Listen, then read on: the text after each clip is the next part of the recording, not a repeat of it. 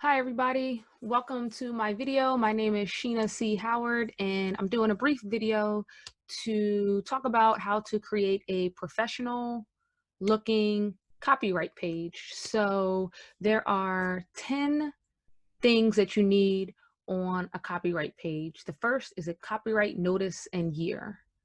The second is a rights reserved notice. The third is your ISBN number. The fourth is your Library of Congress control number. The fifth is a disclaimer if you choose to have one. The sixth is your permissions notice. And for nonfiction books, you're going to have a permissions notice if you've taken any excerpts from anywhere or things like that, any creative work that you've incorporated into your book that you've gotten permissions for, you're going to write that in your permissions notice section.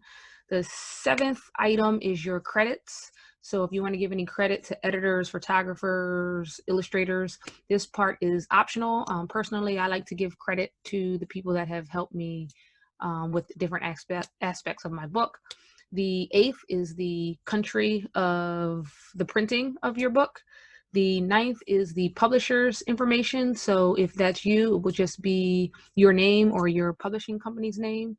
And then the 10th thing that you definitely want on your copyright page for a self-published author is your author website or your general website. So let me show you. This is a sample copyright page, and it's really not much of a sample because this is actually the copyright page for my fiction book, Nina's Whisper. So at the top, you see I have my copyright notice and year. So you have the copyright symbol, the year that the book was or will be published. So this is not the year that the book was written, but when it will be published. And then for self-published authors, you are going to own the rights to the book. So your name is going to be on that first line. Now, on you can actually write the word copyright out and put the little copyright symbol. For me, I just chose to use just the copyright symbol. Second part is the rights reserved notice, which is here, right? Technically, this part is just a formality because you've already stated that you own the copyright and that it shouldn't be reproduced without your permission. But as a formality, and because you want your copyright page to look professional and standard like publishing companies do, you want to have this notice. And this is a sample. There are a few different ways you can write your rights reserved notice. You'll see in mine, I did make it clear that reviewers who are reviewing my book can take brief quotes and passages from my book for articles and things like that. But otherwise, all permission needs to come through me. And I put my webpage, www.sheenachoward.com, on here so people know where to go to contact me, to find me, to get permission to use excerpts from my book. This next part, this data block here, so all of this information, this is PCIP data, okay? And there are a number of companies that do PCIP data, that's publishers cataloging in publication data. I chose to use 5 Rainbows cataloging services. I'm not getting paid to mention them. That is just who I used, and it was fairly simple. It took about a week, and I'm very happy with the PCIP data block that they gave me, which is all here in this gray section. That's www.5rainbows.com, and it's $70. And I definitely think that this took the look and feel of my copyright page to the next level. So you do need some information when you have to fill out the form for 5 Rainbows, and it does takes about a week or a week and a half for them to get the PCIP data block back to you. But once you have all of the information for your book, such as your Library of Congress number, control number, which we'll talk about in a minute. Of course, the title of your book, your ISBNs, which we'll talk about where you can get your ISBNs from in a second. Then you're ready to fill out the form to do your PCIP data block on the Five Rainbows website.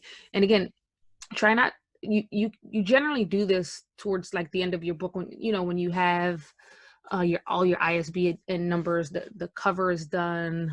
For a lot of these services, they do want the book cover before they'll give you any of these numbers. So you want a lot of the information about your book to be handy in order to start filling out the forms for the PCIP block. But you also don't want to wait until like, publication date is like next month, because some of these things do take a week or a week and a half.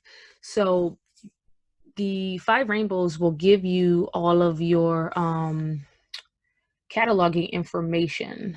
Like this information here, you fill in certain details about your book when you sign up for the service, but they pull information from lots of different places and from the description of your book to give you a really nice cataloging keywords. When I filled out my PCIP block, I also already had my Library of Congress control number.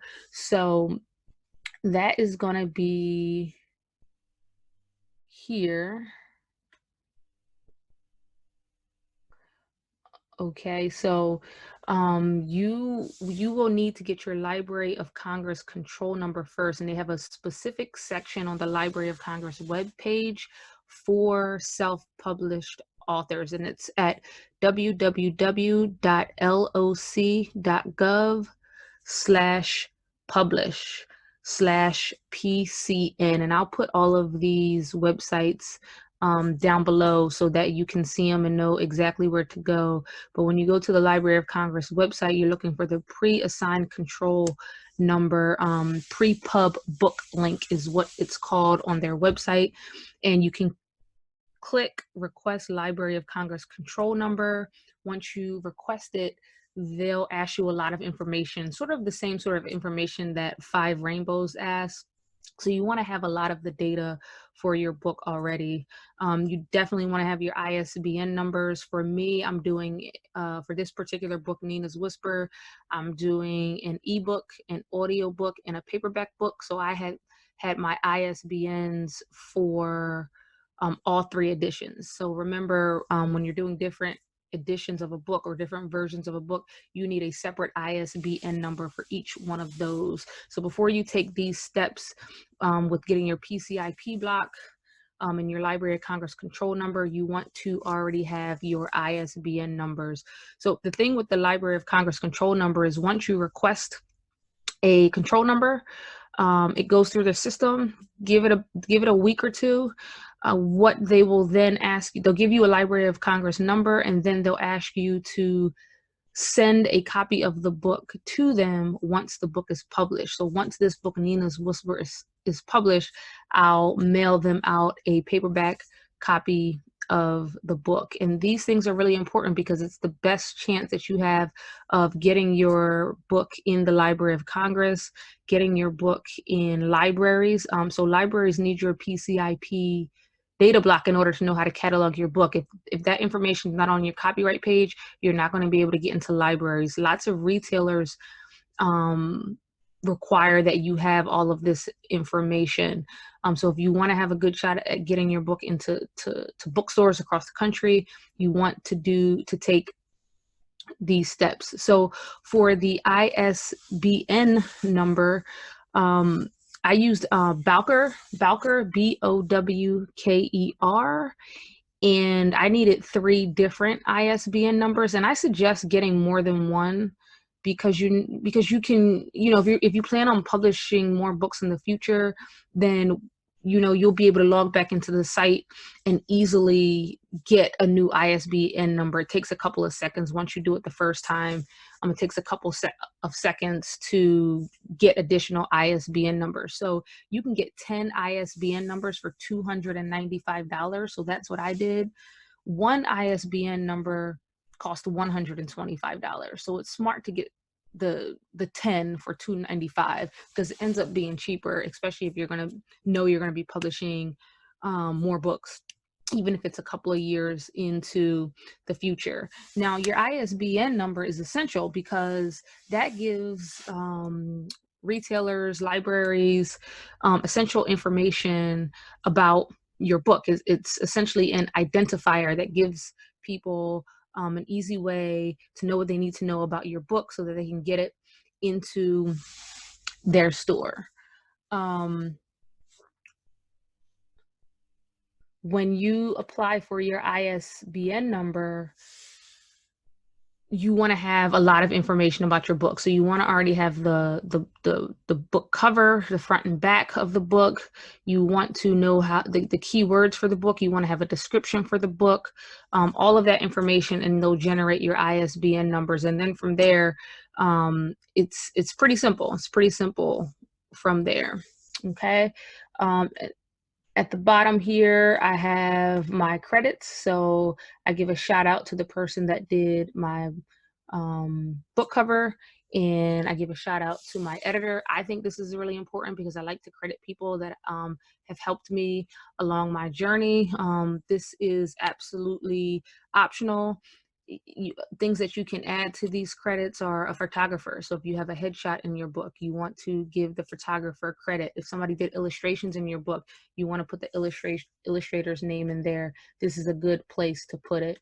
And then you want to write in the country where the book is being published. So mine is made in the United States. I am publishing with KDP, so Amazon's publishing platform, and I'm also using Ingram Spark Distribution Company for the retail side of my book marketing strategy. And then you want to have your disclaimer.